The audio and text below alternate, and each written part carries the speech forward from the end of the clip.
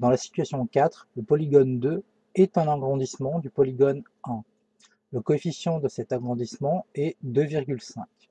L'aire du polygone 1 est égale à 7,5 cm². Calculez l'aire du polygone 2. Il y a à côté une figure qui était donnée.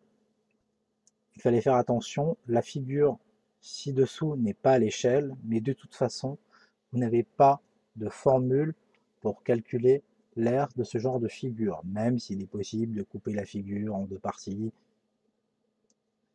et d'essayer de calculer. De toute façon, il n'était pas à l'échelle, donc il ne fallait surtout pas faire ça. Ce qu'a donné ChatGPT comme réponse, il a donné l'aire initiale, il a précisé le coefficient d'agrandissement, il a dit que l'aire finale c'était 7,5 fois 2,5 au carré, il a fait le calcul, la réponse est juste. Maintenant, je pourrais dire que la rédaction est très mauvaise. Deuxièmement, la notion d'aire initiale, d'aire finale, c'est pas très joli. J'aurais préféré l'aire du polygone 1 et l'aire de l'image après agrandissement. Une autre chose qui est problématique, c'est qu'il ne cite pas la propriété. Il utilise, son calcul est juste, mais ouvertement, un peu de rédaction du genre lorsque l'on fait un agrandissement de rapport K, alors les aires sont multipliées par K au carré. Ça pourrait rapporter des points quand même de faire ce genre de choses. Et tant qu'à faire, autant citer la propriété complètement. Lorsque l'on fait un agrandissement ou une réduction de rapport K,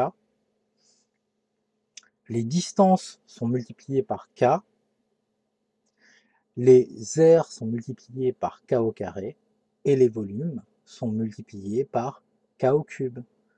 Voilà, c'est une façon de citer la propriété, et ici, il n'y a rien. Donc, la question était sur 3, j'aurais mis 2 sur 3,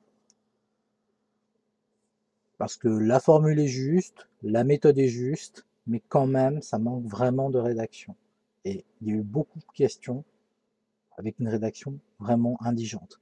Donc, non.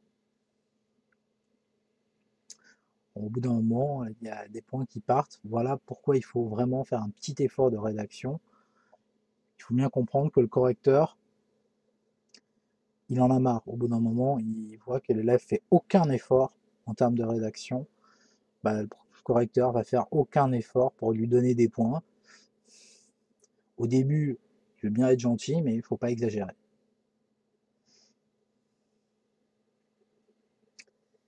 Et je vous conseille de regarder la vidéo sur les homothéties, qui fait une trentaine de minutes, car il y a des pièges justement sur la notion de réduction et d'agrandissement, notamment avec les homothéties de rapport négatif.